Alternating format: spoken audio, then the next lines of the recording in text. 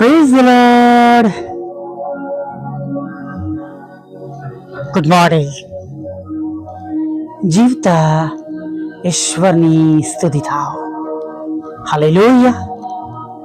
Praise the lord.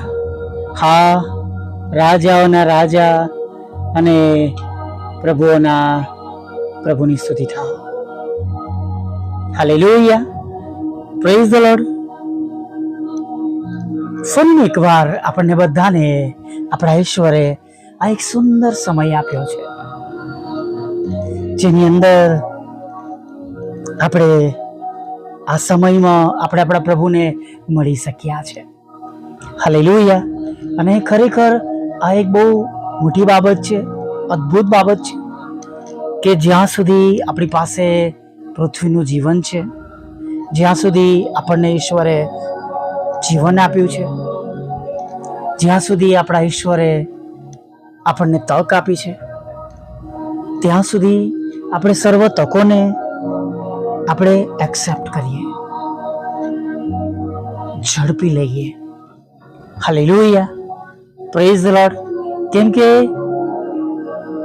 આપણા ઈશ્વરની પાસે સર્વ વ્યક્તિઓ માટે તકો પણ છે અને સર્વની ઉંમર પણ, સર્વના દિવસો પણ ગણેલા છે. હાલેલુયા. Praise the lord. અને જો સર્વ યોગ્ય સમયે બને છે, સગળું યોગ્ય સમયમાં થાય છે. હાલેલુયા. તો પ્રભુની સ્તુતિ થાવ. આપણા જીવનમાં પણ તેનો આશીર્વાદ અને આનંદ આપણે પ્રાપ્ત કરી શકીએ છીએ. હાલેલુયા. સારા દિવસો પ્રભુ આપણને આપે છે. પ્રભુએ આપણને સારા દિવસો આપ્યા છે, પણ ઘણી બધી વખત આપણા જીવન દ્વારા, આપણા નિર્ણયો દ્વારા, આપણા ઉતાવળાપણના લીધે અને ઘણી બધી એવી બાબતોને લઈને, જે બધી બાબતો આપણા ઈશ્વર આપણા માટે રાખી મૂકી છે, એનાથી આપણે દૂર થઈ જઈએ છીએ, નહીં? હમણાં થોડા સમય પહેલા મેં એક મારા બાળપણના જૂના મિત્રને જોયા અને કેવો સમય હતો કે જ્યારે અમે બધા સાથે રમતા હતા, જે વિસ્તારમાં રહેતા હતા, ત્યાં આગળ અમે બધા બહુ સુખેથી નાનપણ આનંદમય પસાર કરતા હતા. ચોક્કસ ઘણા બધા એવા મિત્રો પણ ત્યાં હતા જેમના માતા પિતા બહુ સક્ષમ હતા, આર્થિક રીતે મજબૂત હતા, અને ઘણા એવા પણ હતા કે નબળા પણ હતા. પણ મને મધ્યમ વર્ગના હોવા છતાં પણ મારા માતા પિતાએ સર્વશ્રેષ્ઠ વસ્તુઓથી હંમેશા નવાજ્યો હતો. ત્યાં આગળ એક પરિવારનો દીકરો, મોટું પરિવાર, ભાઈ બહેનોથી ભરેલું, પિતા સારી એવી સરકારી જોબ કરે, આર્થિક રીતે સખત રીતે મજબૂત. અને હું સમજુ છું ત્યાં સુધી એ સમયમાં જે લોકો ત્યાં આગળ હતા એ મેક્ઝિમમ બધા ગુજરાતી મીડિયમમાં ભણતા હતા અને બહુ ઓછા, જેમાંનો હું અને મારા બેન, અમે બંને ભાઈ બહેન અંગ્રેજી મીડિયમમાં ભણતા હતા. અને અમે બધાએ ત્યાં આગળ અલગ અલગ શિક્ષણ લીધું, સાથે રમ્યા, મોટા થયા. અને એ દીકરાને પણ મેં, મારાથી નાનો હતો, 2-3 વર્ષનો ડિફરન્સ ત્યારે નાના હોય ત્યારે ખબર પડે, પણ મોટા થયા પછી 5-5, 6 વર્ષનો ડિફરન્સ પણ, અરે 10 વર્ષનો ડિફરન્સ પણ બહુ મોટો લાગતો નથી, નહીં? અને જ્યારે મને મળ્યો ત્યારે એના મોંમાંથી માદક પદાર્થની સ્મેલ આવતી હતી. પણ હું એક પ્રભુ મંદિરના કામ એ સમયે રોકાયેલો હતો. મેં ફરીથી કીધું, હું ફરીથી તને શાંતિથી મળીશ. અને એ દીકરાને જોઈને, જુવાનને જોઈને, એ ભાઈને જોઈને મને દુઃખ થયું કે અમે બધા સાથે ઉછર્યા હતા, પણ જે સમય પ્રભુએ આપ્યો એનો સદુપયોગ કર્યો નહીં, અથવા જે તકો મળી એને વાપરી નહીં, અથવા સિરિયસ થયા નહીં, જે રીતે ગંભીરતા હોવી જોઈએ એ પ્રમાણે ગંભીર થયા નહીં. અને હું વિચારતો હતો કે મારી સાથેના ઘણા બધા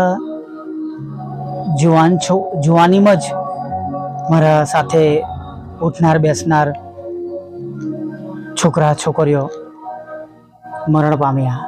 છોકરીઓ કદાચ ઓછી, પણ છોકરાઓ લગભગ 4-5 મરણ પામ્યા. અને ખરાબ પ્રકારનું જીવન, વ્યસન, અને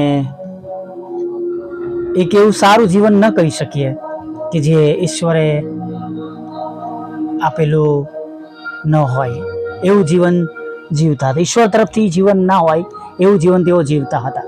અને આ બધા જ્યારે અમે નાના હતા ત્યારે સારા માતા પિતાની કેળવણી હેઠળ હતા, શિક્ષિત મા બાપના બાળકો હતા. અને વિચાર કરતો હતો અમને ઘરમાં તો સારું શિક્ષણ મળ્યું. પ્રભુ મંદિરમાં પણ અમે બધા ભાગ લેતા હતા, નાટકોમાં ભાગ લેતા હતા, સાથે ક્રિકેટ રમતા હતા. પરીક્ષાના સમયે બધા ભેગા મળીને ધાબા પર સિરિયસલી વાંચતા હતા.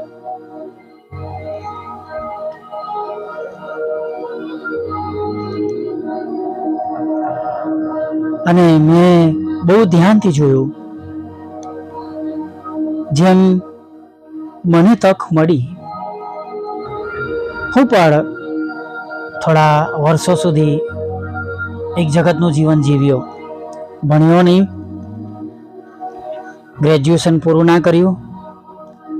બીકોમનું પહેલાં બીકોમ કરતો હતો, પછી હોટેલ મેનેજમેન્ટ કર્યું, પણ એ પણ મોટી ઉંમર 31 વર્ષનો હતો ત્યારે. પણ જે સમય હતો એને વેડફ્યો, ખરાબ રીતે વેડફ્યો. અને એના કારણે પરિણામ એના પછીના 7 વર્ષ મારી માટે પુષ્કળ ખરાબ રહ્યા. થોડા અગમ્ય પ્રસંગો બન્યા, અને ત્યારબાદ છેક 2014માં પ્રભુએ પરિસ્થિતિ બદલી. ખરેખર સાચી રીતના તેમને જીવન સોંપીને જીવવાની શરૂઆત કરી. જે પ્રમાણે પ્રભુની પાછળ ચાલવું જોઈએ, ખરેખર ચાલવું જોઈએ, અને જે પ્રમાણે દેવને ગમતું જીવન છે એ પ્રમાણે જીવવાની શરૂઆત કરી. અને સાચે જ આજે હું તમારી આગળ છું. ખરેખર વાલા મિત્રો, આપણને બધાને સમય મળે છે, તક મળે છે, જુદી જુદી રીતે સલવતો મળે છે. પણ જ્યારે આપણે જગતની બાબતોને પસંદ કરીએ છીએ ત્યારે પ્રભુની બાબતોને, પ્રભુના આશીર્વાદોનો આપણે નકાર કરીએ છીએ, નહીં? અને જેના કારણે, જેના લીધે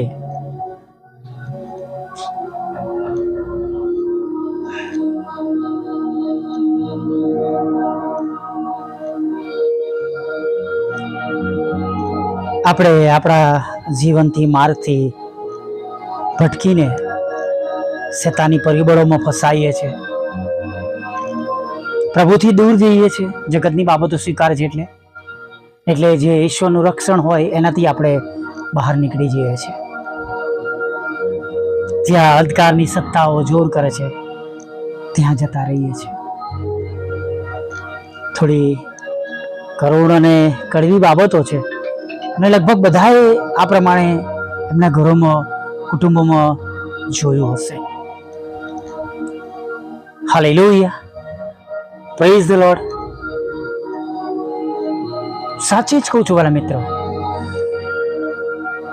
જો કોઈ તક ગુમાવતું હોય એવું તમે જુઓ તો પ્રાર્થના કરજો. કદાચ કહેવાય નહીં તો, અથવા કોઈ પ્રભુના સેવક સેવિકાને તમે જણાવજો કે એમનું કાઉન્સિલિંગ કરે, મુલાકાત લે કોઈ પણ રીતે.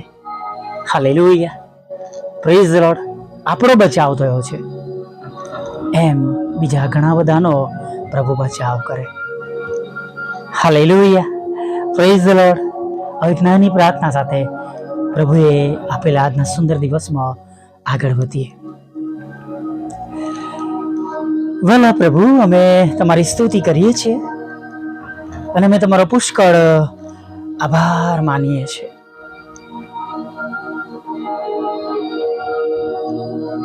પ્રભુ, આભાર માનતા માનતા તમારા ચરણોમાં નમી જઈએ છીએ પ્રભુ. અને પ્રભુ, આ સુંદર દિવસને પ્રભુ જે તમે અમને આપ્યો છે પ્રભુ, એમાં અમે આનંદ કરી શકીએ પ્રભુ. તમારા પવિત્ર નામમાં અમે તમારામાં સફળતાપૂર્વક પ્રભુ આજના દિવસમાં આગળ વધીએ.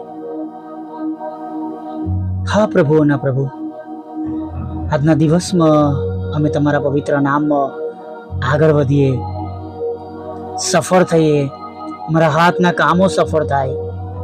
અને પ્રભુ, જે કંઈ અમારા નાના મોટા આયોજનો હોય એ તમારી દોરવણી પ્રમાણેના હોય અને સર્વ આયોજનો તમારા પવિત્ર નામમાં સફળ થાય એવું તમે થવા દેજો.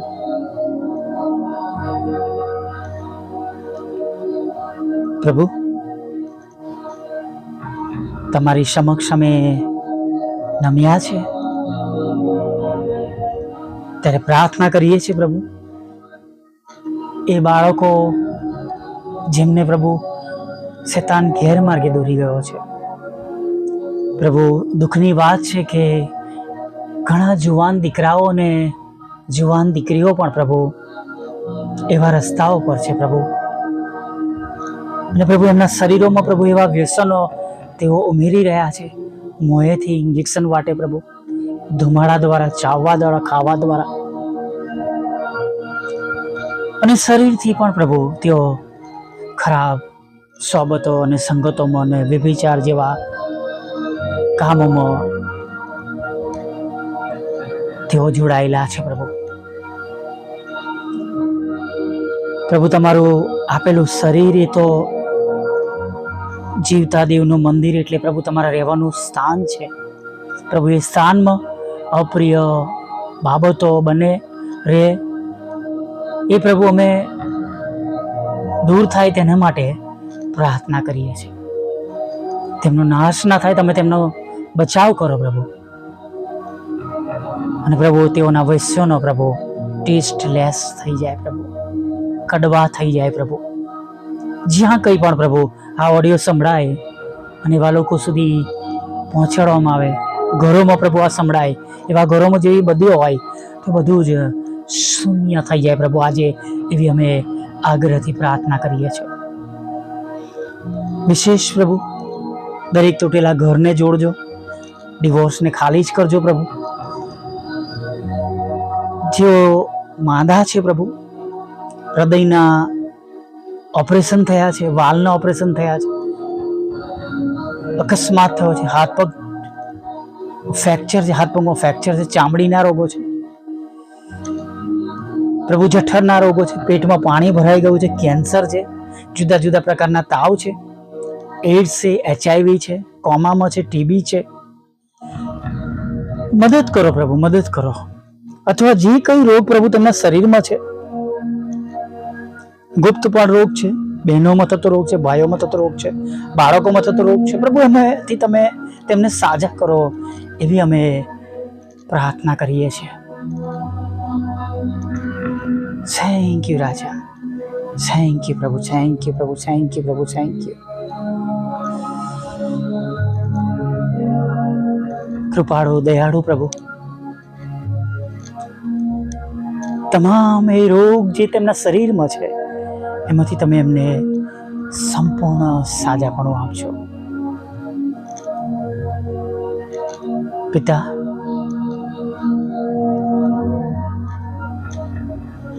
તૂટેલા ઘરને જોડજો, બાળક ધનનો આશીર્વાદ આપજો, લગ્નનો આશીર્વાદ આપજો, તેમના પર મૂકવા મળે તો મતો કોર્ટ કેસ એફઆઈને તમે ખાલી જ કરજો. નોકરી ધંધા રોજગારને આશીર્વાદિત કરજો. નાણાંનો આશીર્વાદ આપજો, લોનનો આશીર્વાદ આપજો, મકાનનો આશીર્વાદ આપજો. અને જે કઈ ચિંતાઓ છે, મુશ્કેલીઓ છે, દેવું છે, સંકટ છે, બધામાંથી તેમને છોડાવજો, બહાર કાઢજો પ્રભુ, સ્થિર કરજો પ્રભુ. વિધવા બહેનો, વિધુરો, અનાથોની સાથે રહેજો પ્રભુ. મંદ બુદ્ધિના લોકો, માનસિક રોગીઓ અને વિકલાંગોને પણ તમે સાજાપણું આપજો પ્રભુ. જેમને જોબની જરૂર છે જોબ આપજો. તમારા બાળકોના આવકના સાધનોને પ્રભુ આશીર્વાદિત કરજો. મિનિસ્ટ્રીને આશીર્વાદિત કરજો પ્રભુ પિતા. મિનિસ્ટ્રી દ્વારા થતા કામોને આશીર્વાદિત કરો. સાંભળે છે અને બીજાને મોકલે છે તેમને બમણા આશીર્વાદથી ભરપૂર કરજો. અમારા બધાની પણ પ્રભુ તમે રોજે રોજની જરૂરિયાત પૂરી પાડજો. આ મિનિટ સુધીમાં થયેલા પાપોને માફ કરજો. હવે પછી તમારી પવિત્ર હાજરી અમારી સાથે રાખજો. ખોરાક, વસ્ત્ર, અન્ન, પાણી આપજો અને સાંજે આભાર માનો તેડીલા જેવું માગતા બાપ અમારી પ્રાર્થના પ્રભુ ઈસુના નામમાં સાંભળીને દેવ બાપ માન્ય કરજો. આમીન, આમીન, આમીન.